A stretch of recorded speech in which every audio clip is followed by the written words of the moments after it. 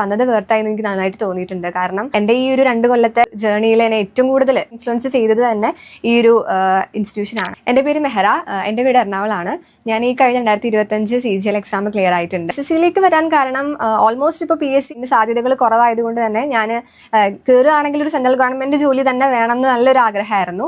അങ്ങനെ ഞാൻ PG കഴിഞ്ഞപ്പോൾ ഞാൻ എൻ്റെ ഒരു സീനിയറിനോട് ചോദിച്ചപ്പം അവർ പറഞ്ഞു ഇങ്ങനെ SSC മലയാളി ഓൾറെഡി ഓൺലൈനായിട്ട് ക്ലാസ്സസ് എടുക്കുന്നുണ്ട്, അപ്പോൾ അവർ ഓഫ്ലൈനായിട്ട് ഒരു ഇൻസ്റ്റിറ്റ്യൂട്ട് തുടങ്ങുന്നുണ്ട്, അങ്ങോട്ട് പോയി കഴിഞ്ഞ് കഴിഞ്ഞാൽ നല്ലതായിരിക്കും എന്നോട് അങ്ങനെ പറഞ്ഞു. ഇവിടെ വന്നപ്പോൾ എനിക്ക് പ്രോപ്പറായിട്ടൊരു ഗൈഡൻസ്, നമുക്ക് ഡൗട്ട് ചോദിക്കാൻ ആൾക്കാർ, നമുക്ക് ഭയങ്കര കംഫർട്ട് ആയിട്ടുള്ള ഒരു ആംബിയൻസ് ആണ് കിട്ടിയത്. പിന്നെ ഞാൻ കൂടുതലും റീഡിംഗ് റൂമും ലാബും ഫെസിലിറ്റീസ് യൂസ് ചെയ്തിട്ടാണ് പഠിച്ചു വന്നത്. അതുകൊണ്ട് തന്നെ എനിക്ക് മെയിൻ ആയിട്ട് എൻ്റെ ഈ ഒരു ലൈഫിൽ കൂടുതൽ ഞാൻ കടപ്പെട്ടിരിക്കുന്നത് ഈ ഒരു ഇൻസ്റ്റിറ്റ്യൂട്ടിനോടാണ്. എനിക്ക് വരുമ്പോൾ സബ്ദർ സാറ് ആരാണ്, ഇനിഷ്യേറ്റീവ് എടുത്തിട്ട് തുടങ്ങിയ ഒരു ഇൻസ്റ്റിറ്റ്യൂഷൻ ആണെന്നല്ല എനിക്ക് അറിയണ്ടായിരുന്നില്ല. സാറിന്റെ മെത്തേഡ്സ് മെയിൻ ആയിട്ട് സാറിന്റെ ഗൈഡൻസ് തന്നെയാണ്. അതായത് സാറുടെ എക്സ്പീരിയൻസിൽ നിന്ന് പറയുന്നത് നമുക്ക് വല്ലാണ്ട് ഹെൽപ്ഫുൾ ആയിരിക്കും. നിലവിൽ ഇപ്പോൾ SSC സെലക്ഷൻ പോസ്റ്റിന് ചോദിച്ച ടൈപ്പ് ക്വസ്റ്റ്യൻസ് എങ്ങനെയൊക്കെ വരാം എന്നുള്ളതിന്റെ ഫുൾ സ്റ്റഡി നടത്തി നമുക്കൊരു മെറ്റീരിയൽ പ്രൊവൈഡ് ചെയ്തു, എന്നിട്ട് അത് ഡിസ്കസ് ചെയ്തു.